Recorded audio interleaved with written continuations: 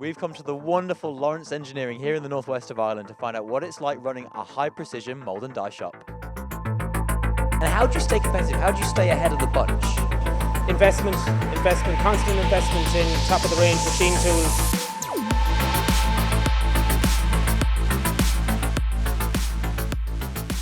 James, it's a beautiful unit here in beautiful northwest Ireland, but tell me about Lawrence Engineering.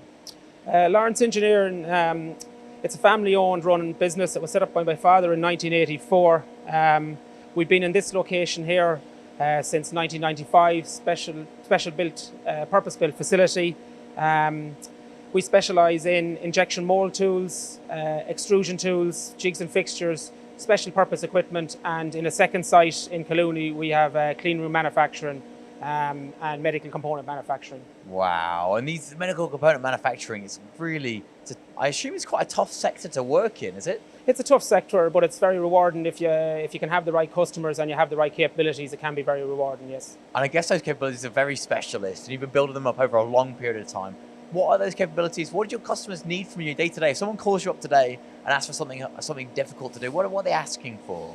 They're asking for high quality tooling solutions in rapid timelines. So really quick turnaround times, repairs done fast, high quality, skilled workmanship, all them type of things. Beautiful, artisanally made mould and tools, but turn around in like a McDonald's, like fast food, right? Rapid, quick. I love it. Yeah. Okay, so, and how do you get those turnaround times so quick? I mean, what do you do? Do you do most stuff in-house? Do you subcontract stuff? How do you get those turnaround times with good engineering quality?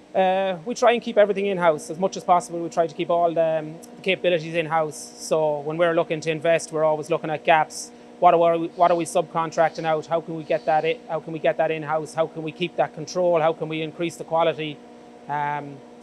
Just constant improvement. And to give the viewers a bit of an idea of what goes into a mould tool, if you've not quite made one yourself, how many different components are in a mould assembly, and what kind of precision do those components need to be? It ranges. Obviously, the first thing is you need to have the design capabilities to help the customer with the DFM of the part, then design the mould tool. Then you need vertical machines to be able to machine the bolsters, do the rough machining. You need grinding capabilities, you need EDM, hole drilling, sinking, wire, Swiss turn, conventional turning, high-speed milling. Yeah, you name it, you need it all. Absolutely. I'm amazed by the size of this unit and then the number of different kinds of machinery you've packed in here. Like you say, you have got every kind of machine I think we've looked at here on MTD. I think everything except a press brake, but you wouldn't need one of those, right? No, not at the moment anyways. No, exactly. Yeah. So all these different kinds of machines to do loads of different jobs. And do you find it's difficult to find people who can run all these different machines and have good skills in such a wide range of machinery and disciplines? I think we're lucky. We have a high retention of staff, so we have staff members that are with us 30 years, 25 years, 20 years, and we have a policy to train people up. We'll get them in, get apprentices in, get them trained, and again, we're lucky we can keep them. We also have a name for investing in the equipment, and people want to come and work with us because they want to work on these high-end machines. They want to progress their career, they want to move on, they want to really make the best of themselves and the best of their career. So Lawrence Engineering is the place to do it. Definitely the place to do it. And I guess they probably also want a beautiful commute looking at that wonderful landscape as they drive in here. Fresh air. Fresh air, no traffic. What a wonderful place to come and see. But is it a bit weird? Do you feel like you're at the middle of nowhere here in terms of mould and die? It might look like that, but actually the nearest town, Tubbercurry, is known as the home of tool making in Ireland. And there's quite a number of local tool makers and machine shops. And the local college is also it is the base for training the next generation of tool makers, engineers. So it is very, very strong in this part of Sligo. Okay, so with it being so strong, I guess you've got competitors who are actually almost on your doorstep around here. Yeah. And you all will be competing for big work from big companies, from America, from Costa Rica, US, Canada, loads of places that you export to just from this place in Lawrence Engineering. And how do you stay competitive? How do you stay ahead of the bunch?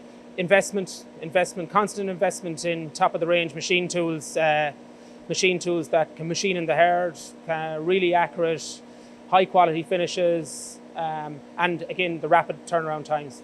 Turn around these tooling in overnight in some cases, high-end tooling solutions in 1 to 2 weeks. Absolutely. How have you seen those processes change so you can get those lead times down? What have you done differently recently? So what we've done is we've invested in the capabilities to machine in the hard, cutting out that somewhat slow EDM spark process.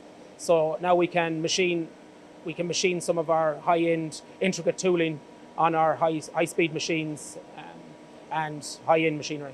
Yeah, absolutely. So here we are right in the centre of Tool and Mould in Ireland, in the northwest of Ireland. It's a beautiful landscape, and there's some fantastic, beautiful engineering happening right here too.